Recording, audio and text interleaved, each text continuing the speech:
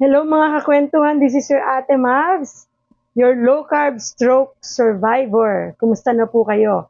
Ngayong araw na ito ay muli may sasagutin tayong isang katanungan, no?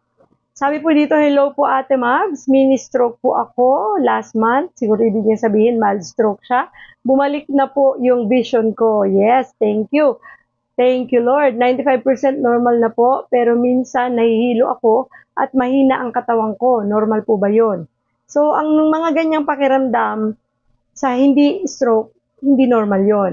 Pero sa atin, ay nagiging normal yan kasi nga parte yan ng mga nararamdaman natin dahil sa dala ng ating pagka-stroke. Pero yung pagkahina ng katawan, baka kailangan mong kumain ng tama at uminom ng mga vitamins kung kinakailangan.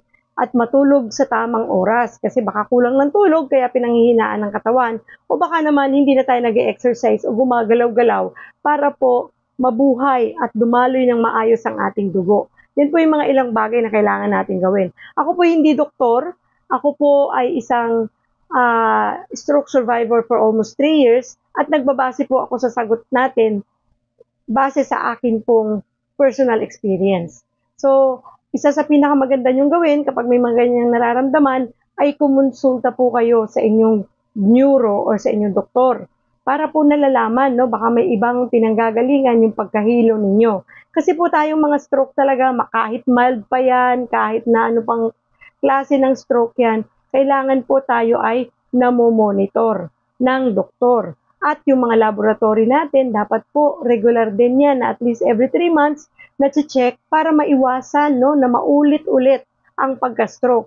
Maging ang ating pagkain na kinakain, kung hindi kayo low carber, ay may mga bilin ang inyong mga doktor kung ano mga dapat kainin, bilang kayo ay kanilang pasyente, sundin natin yun.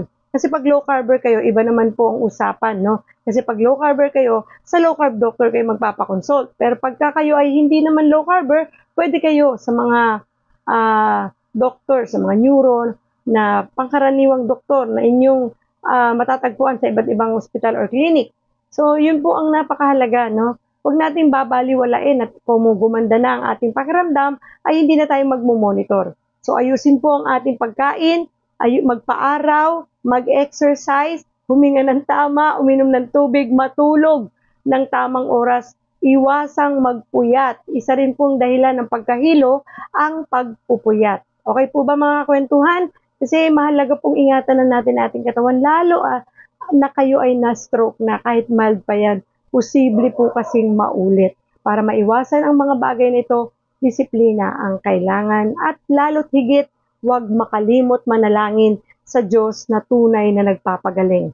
Okay po? So maraming salamat po. Kapag may tanong po kayo, i-comment nyo lang po yan dyan sa comment section para masagot natin yan.